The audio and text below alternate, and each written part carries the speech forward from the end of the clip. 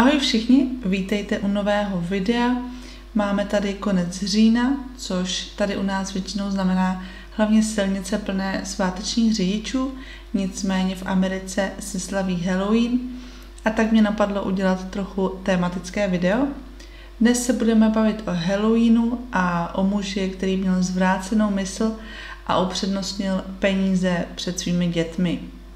Vraťme se zpátky v čase na Halloween 31. října 1974 do města Houston v Texasu, kde muž jménem Ronald Clark O'Brien vzal své 2 děti koledovat, jak už se to tak v Americe na Halloween dělává. Ronald měl syna Timothyho, kterému bylo 8 let, a 5letou dceru Elizabeth. Ten večer se k ním připojila ještě jedna rodina, a konkrétně Jim Bates a jeho 2 děti Mark a Kimberly, respektive Ronald vzal své 2 děti do čtvrti, kde žil Jim Bates se svou rodinou, protože to byla lepší čtvrť a on tak doufal, že tam jeho děti dostanou lepší sladkosti a dostanou jich víc. Nicméně ten večer bylo velmi špatné počasí a hodně pršelo, takže se nakonec rozhodli, že projdou pouze 2 ulice a pak se vrátí domů. A aby toho nebylo málo, tak jeden dům v jedné z těch ulic, které procházely, měl zhasnutá všechna světla, byla tam naprostá tma, což většinou znamenalo, že doma nikdo nebyl,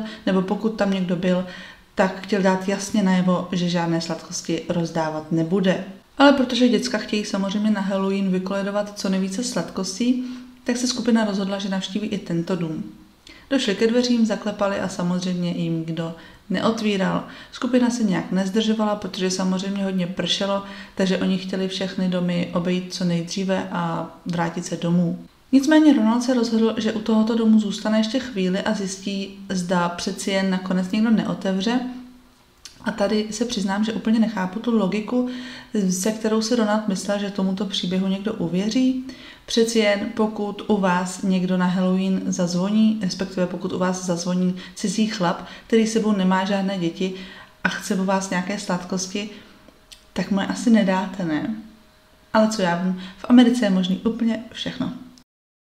Když se Ronald po chvíli připojil ke zbytku skupiny, tak prohlásil, že se dveře u toho zasnutého domu přeci jen nakonec otevřely a jemu se tak povedlo získat tam nějaké sladkosti. A to konkrétně 5 velkých Pixie Sticks.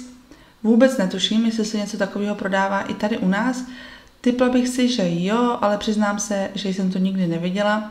A moje děti to doufám taky nikdy neuvidí, protože co jsem tak pochopila z tohle příběhu, tak je to vlastně brčko plný cukru. A myslím, že pokud něco takového sní malý dítě, tak bude tak nafrčený cukrem, že se vám doma bude týden houpat na lustru. Nicméně tehdy v roce 1974 byly Pixie Sticks spíše taková vzácnost, kterou děti na Halloween moc nedostávaly, obzvláště pak ty velké. Takže když Ronald s těmito sladkostmi přišel, tak samozřejmě všechny děti v jeho skupině měli obrovskou radost. Ronald Pixie Sticks rozdělil spravedlivě, dal jednu svému synovi Timothymu, druhou dal své dceři Elizabeth a po jedné pak obdaroval děti Jima Batese, Marka a Kimberly. Jelikož jich ale celkem měl 5, tak mu samozřejmě jedna zbyla. Nicméně ale i k Ronaldovu domu samozřejmě chodili děti koledovat, takže když se vrátil později s dětmi domů, tak na dveře u jeho domu zaklepal malý chlapec, kterého Ronald poznal z kostela, takže právě jemu dal tu 5. Pixie Sticks. Když se Ronald s dětmi vrátil domů, tak samozřejmě první věc, kterou jeho děti udělali, bylo to, jako každé dítě, že vysypali všechny sladkosti nahromadu na zem a hned se na ně samozřejmě chtěli vrhnout.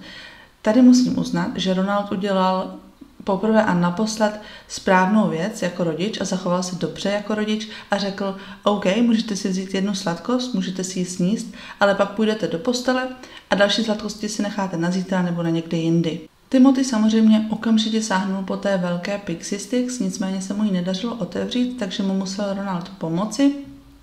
Jakmile do sebe ten obsah Timothy vyklopil, tak si okamžitě stěžoval na to, že to má nahořklou chuť, že to prostě nechutná tak, jak by mělo. Myslím si, že v Pixie Sticks je vyloženě čistý cukr, maximálně obarvený nějakým barvivem nebo dochucený nějakou ovocnou příchutí, takže si myslím, že je to mega sladký a určitě by to nemělo mít hořkou chuť.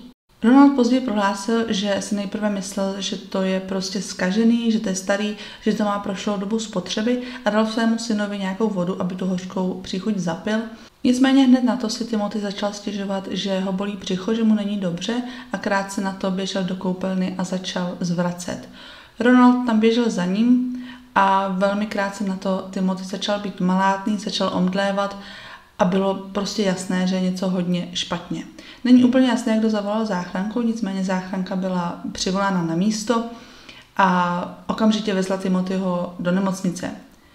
Bohužel Timothy umírá ještě než do té nemocnice dojedou, a to méně než hodinu poté, co snědl tu Pixie Sticks. Byla přivolána policie, protože to samozřejmě vypadalo velmi zvláštně. Žádné dítě, respektive žádná osoba, které bylo ještě před hodinou úplně dobře, si nezačne stěžovat, že je špatně, nezačne zvracet a následně neumře. Policie samozřejmě vyslýchala Ronalda, ptala se ho, co se stalo, co Timothy dělal, co snědl a Ronald jim samozřejmě hned řekl o té Pixie Sticks a že si myslí, že by zatím mohla být právě ta, protože to bylo to poslední, co Timothy snědl a krátce na to se začal stěžovat, že mu není dobře. Přirozeně policie hned zpozornila, když jim Ronald řekl, že měl těch Pixie Sticks hned 5 a samozřejmě policie hned začala s pátráním po těch zbylých 4. Ty 3 z nich nebylo vůbec těžké lokalizovat a najít.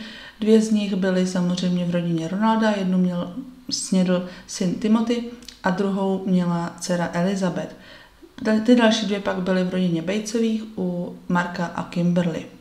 Ta pátá dala policie trochu zabrat, protože přestože Ronald toho chlapce, kterému ji dal, znal od vidění z kostela, tak neznal jeho jméno a ani samozřejmě nevěděl, kde bydlí. Nakonec se policii podařilo zjistit, že se jedná o 10letého chlapce Whitneyho Parkera a okamžitě zkontaktovali jeho rodiče. Ti samozřejmě začali okamžitě panikařit, pochopitelně, a hned začali hledat tu Pixie Sticks. Jejich syn už byl ve svém pokoji v posteli a spal, nicméně jim se prostě nedařilo najít tu otrávenou sladkost a začali se obávat toho nejhoršího. Rychle běželi do Whitneyho pokoje a díky bohu Whitney spal ve své posteli a byl naživu. V ruce svíral neotevřenou Pixie Sticks. Jeho rodiče měli za to, že Whitney chtěl tu Pixie Sticks skutečně sníst, ale stejně jako Timothymu se mu ji nepodařilo otevřít, tak to prostě vzdal a usnul. Důvod, proč děti nemohly tuto Pixie Sticks otevřít, byl ten, že byla sešitá sešívačkou.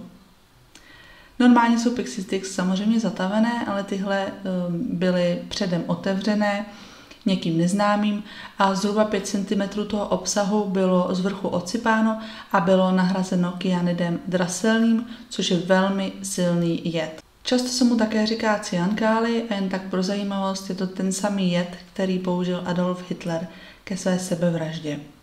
Všech 5 Pixie Sticks bylo testováno a bylo zjištěno, že ta Pixie Sticks, kterou snědl Timothy, obsahovala dostatečné množství kyanidu, které by zabilo 2 dospělé osoby, zatímco ty zbylé 4 Pixie Sticks obsahovaly množství kyanidu, které by mohlo zabít 3 až 4 dospělé osoby. Policie samozřejmě okamžitě o tomto incidentu informovala celou komunitu, protože se samozřejmě báli, že by mezi dětmi mohlo být více otrávených sladkostí, což samozřejmě vedlo k velké panice a k hysterii.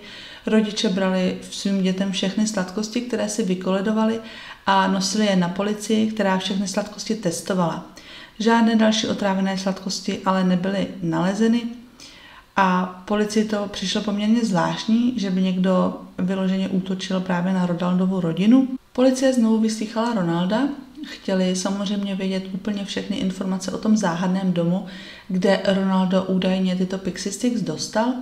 Nicméně Ronaldo překvapivě nebyl policii nějak nápomocný, tvrdil, že si nepamatuje, který to byl dům a že neviděl toho, kdo mu ty Pixie Sticks dal. Podle jeho výpovědi se otevřely dveře a ven se pouze vystrčila ruka, která mu ty Pixie Sticks dala a o té ruce Ronaldo byl pouze schopný říct, že byla chlupatá, takže si byl jistý, že se jednalo o muže. Ale to bylo všechno, co dokázalo Ronaldo policii říct, což pro policii samozřejmě bylo hodně frustrující, protože se prostě neměli od čeho odrazit, neměli se čeho chytit a samozřejmě to bylo poměrně podezřelé. Bylo divné, že si Ronald nepamatuje ten dům, obzvláště pokud koledovali pouze na 2 ulicích a jakože hello, pane, umřel vám syn, neměl byste se trochu snažit pomoct policii, aby zjistila, kdo to udělal? Policie pak dokonce Ronalda vzala na ty 2 ulice, kde ten večer koledovali a přestože mu to tady trvalo dost dlouho, tak nakonec byl schopen ukázat na ten záhadný dům. Dům patřil muži jménem Courtney Melvin, což byl kontrolor letového provozu na letišti Williama P. Hobbyho v Houstonu. Policie brzy zjistila, že Courtney byl na Halloween v práci a měl hodně silné alibi. Přibližně 200 lidí dokázalo dosvědčit, že Courtney byl ten večer opravdu v práci a doma tedy nebyl a nerozdával sladkosti dětem. Takže policie ho prakticky hned vyškrtla ze seznamu podezřelých a protože neměla žádného jiného podezřelého, tak se podezření velmi rychle obrátilo právě na Ronalda. Pojďme si tedy říct něco o Ronaldovi. Ronald se narodil 19. října 1944, žil v Deer Parku ve městě Houston v Texasu se svou ženou Deney a jejich 2 dětmi a pracoval jako optik pro jeden velký řetězec v Houstonu. Byl poměrně aktivní v místní komunitě a v místním kostele, kde dokonce zpíval ve sboru, takže byl mezi místními dobře známý a všichni ho považovali za takového obyčejného, slušného člověka. Nicméně Ronald byl poměrně zadlužený, konkrétně byl asi $100,000 v dluhu, což byly v roce 1974 poměrně velké peníze. Dnes by to bylo asi $500,000. Policie navíc zjistila, že za posledních 10 let vystřídal Ronald asi 21 zaměstnání a i v tom současném zaměstnání už to měl poměrně nahnutý, protože ho podezřívali, že u nich krade. Kvůli jeho dluhům mu navíc reálně hrozilo, že přijde jak o auto, tak o dům, ve kterém žil se svou rodinou, takže už mu docela teklo do bod a začínal být slušně zoufalej. Už to stačilo policii k tomu, aby Ronalda podezřívali, nicméně zjistili ještě jednu velmi zajímavou věc, a to, že poměrně nedávno před tím osudným Halloweenem Ronald sjednal oběma svým dětem životní pojištění. V lednu 1974 sjednal na každé své dítě pojistku ve výši $10,000 a měsíc před tím Halloweenem obě tyto pojistky navýšil o $20,000. Ale ani tomu nestačilo a jen několik dní před tím Halloweenem navýšil obě tyto pojistky o dalších $20,000, což dalo nějakých $50,000 na každé dítě. Pojišťovací společnost navíc sama kontaktovala policii s tím, že Ronald jim hned 1. listopadu volal, tedy den potom, co Timothy zemřel, a snažil se zjistit, kdy a jak mu tyto peníze z té pojistky vyplatí. A myslím si, že nějaké peníze z pojistky je to poslední, co vás zajímá, jen několik hodin potom, co vám zemře dítě. Ronaldova žena navíc vůbec netušila o tom, že jejich děti mají nějaké životní pojištění a později také zjistila, že se Ronaldo snažil uzavřít životní pojistku i na ní a usoudila, že pravděpodobně právě ona měla být původně obětí jeho zločinu. Nakonec se ale Ronald z nějakého důvodu rozhodl právě pro své děti, což nějak nedokážu pochopit, jakože co se mu sakra honilo hlavou. Timothy byl pohřben 2. listopadu na hřbitově Forest Park Lawndale v Houstonu. Ronald zpíval na pohřbu a mluvil o tom, jak je jeho syn teď s Bohem a jak je na lepším místě. Známí a přátelé Ronalda navíc dosvědčili, že nějakou dobu před tím Halloweenem se tak různě chlubil všem kolem sebe, že si brzy přijde k velkým penězům. Všem tvrdil, že bude mít dost peněz na to, aby mohl odejít z práce a vzít si dlouhou dovolenou. A jako by tohle všechno nestačilo, tak se ukázalo, že Ronald se hodně zajímal o jistou věc. Ano, tipujete správně, kyanid. Jeden jeho kolega dosvědčil, že za ním Ronald byl a ptal se ho, nebo zjišťoval, kde by mohl nějaký kyanid sehnat a jaké množství je smrtelné. Místní obchod s chemikáliemi také kontaktoval policii s tím, že u nich Ronald pár dní před Halloweenem byl a chtěl si u nich koupit nějaký kyanid. Nicméně existují nějaká omezení, jaké množství si člověk, který nemá nějakou speciální licenci, může koupit. A tak Ronald odešel s nepořízenou, protože v tomto obchodě by si mohl koupit jen velmi malé množství kyanidu. Policie také zjistila, že Ronald měl v úmyslu si koupit mnohem větší množství kyanidu, než bylo použito v těch 5 Pixie Sticks. Představte si, že měl třeba původně v úmyslu otrávit mnohem více sladkostí než jen těch 5. Samozřejmě se spekulovalo o tom, že Ronald cílil na své děti, aby dostal ty peníze z pojistky a ty další děti chtěl otrávit proto, aby od sebe odvedl pozornost a něco takového prostě může spáchat jenom fakt zvrácený člověk. Ronald se obhajoval tím, že chtěl kyanid sehnat proto, aby s ním vyčistil nějaká sklíčka brýlí, nicméně to bylo poměrně neobvyklé, protože už více jak 20 let se kyanid pro tento účel nepoužíval.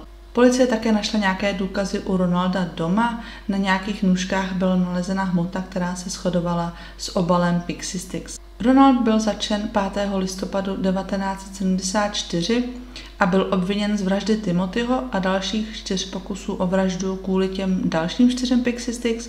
Tento případ na sebe přitáhl velkou pozornost médií z celých států a právě média dali Ronaldovi přezdívku The Candyman. Soud začal 5. května 1975. Ronald si celou dobu stál za tím, že je nevinný, nikdy se k činu nepřiznal. Stále se oháněl jakousi legendou, která skutečně už nějakou dobu kolovala mezi lidmi o tom, že jakýsi cizinec bude na Halloween rozdávat otrávené sladkosti dětem. Ronald vinil tuto legendu, že se určitě stala skutečností, že se vyplnila a že si skutečně nějaký cizinec vyhlídnul právě jeho syna a že ho otrávil. Jak arrogantní musíte být, abyste něco takového sváděli na nějakou místní legendu? Vážně si myslel, že mu to lidi budou věřit? 3. června 1975 byl shledán vinným ze všech 5 zločinů. Porotě trvalo jen 46 minut, než rozhodla, takže měli jasno prakticky hned. Pak bylo třeba, aby rozhodli, jaký mu vyměří trest. I tehdy to byl pro porotu poměrně rychlý proces. Za 71 minut bylo jasno, že Ronald dostane trest smrti. Byl umístěn ve věznici Huntsville v Texasu a neměl se tam úplně nejlíp. Jasně, je to vězení, tam lidi nechodí, aby si žili dobře, že jo? Nicméně Ronalda neměl jeho spoluvězni vůbec v lásce vzhledem k charakteru zločinu, za který byl odsouzen, že útočil na děti, ještě k tomu své vlastní. Ronald si tedy ve vězení neudělal vůbec žádné přátele, jeho spoluvězni dokonce sepsali petici za to, aby mohli u Ronaldovi popravy demonstrovat a dát tak najevo, jak moc ho nesnáší. Datum jeho popravy bylo 3krát odloženo, ale nakonec 31. března 1984 krátce po půlnoci byl popraven pomocí smrtící injekce. Ve svém posledním prohlášení uvedl, že odsuzuje trest smrti a že odpouští všem, kteří se podíleli na jeho smrti. Ano, slyšeli jste správně, on odpouští všem, kteří se podíleli na jeho smrti. V jeho posledním prohlášení nebylo ani slovo o Timothym nebo o jeho dceři Elizabeth, ani slovem neprojevil lásku ke svým dětem nebo ke své ženě a samozřejmě se k činu nepřiznal. Před vězením se v den jeho popravy shromáždil dav asi 300 lidí a když byl Ronald popraven, tak jásali, někteří zvolávali trick or treat a nebo házeli sladkosti na ty, kteří tam přišli protestovat proti trestu smrti. Ronald byl pohřben na hřbitově Forest Park East v Texasu, ale zločin, který spáchal, měl dlouhodobé následky. Už předtím, jak jsem se už zmínila, se mezi lidmi šířila jakási legenda o tom, že nějaký cizinec bude na Halloween rozdávat sladkosti, otrávené sladkosti dětem. Tato legenda se nikdy nenaplnila. Jak víme, tak Ronald cílil na své vlastní děti. Určitě to nebyl žádný cizinec, který by rozdával otrávené sladkosti dětem, které neznal. I přesto tento incident jen podpořil tuto legendu a jeden místní obyvatel později vypověděl, že Halloween už v této komunitě byl navždy tímto incidentem poznamenán. I proto je Ronald Clark O'Brien znám jako muž, který zabil Halloween. Také bych se na závěr chtěla zmínit, že Ronaldova manželka se krátce po tom, co byl Ronald usvědčen, s ním rozvedla a později potkala nového muže, kterého si vzala a ten také adoptoval její dceru Elizabeth. A přestože vím, že z něčeho takového, čím si kvůli Ronaldovi museli projít, se člověk jen těžko zpamatovává, tak doufám, že byli schopné nalézt nějaké štěstí a žili hezký život. A to byl příběh Ronalda Clarka O'Briena a jeho zvrácené mysli. Normálně se vás na konci každého videa ptám, co si o určitém případu myslíte, ale co si tak můžete myslet o dnešním případu jiného, než to, že Ronald byl zrůda. To je ode mě dneska všechno. Mějte se krásně, dávejte na sebe pozor a já se na vás zase budu těšit u dalšího videa. Čau!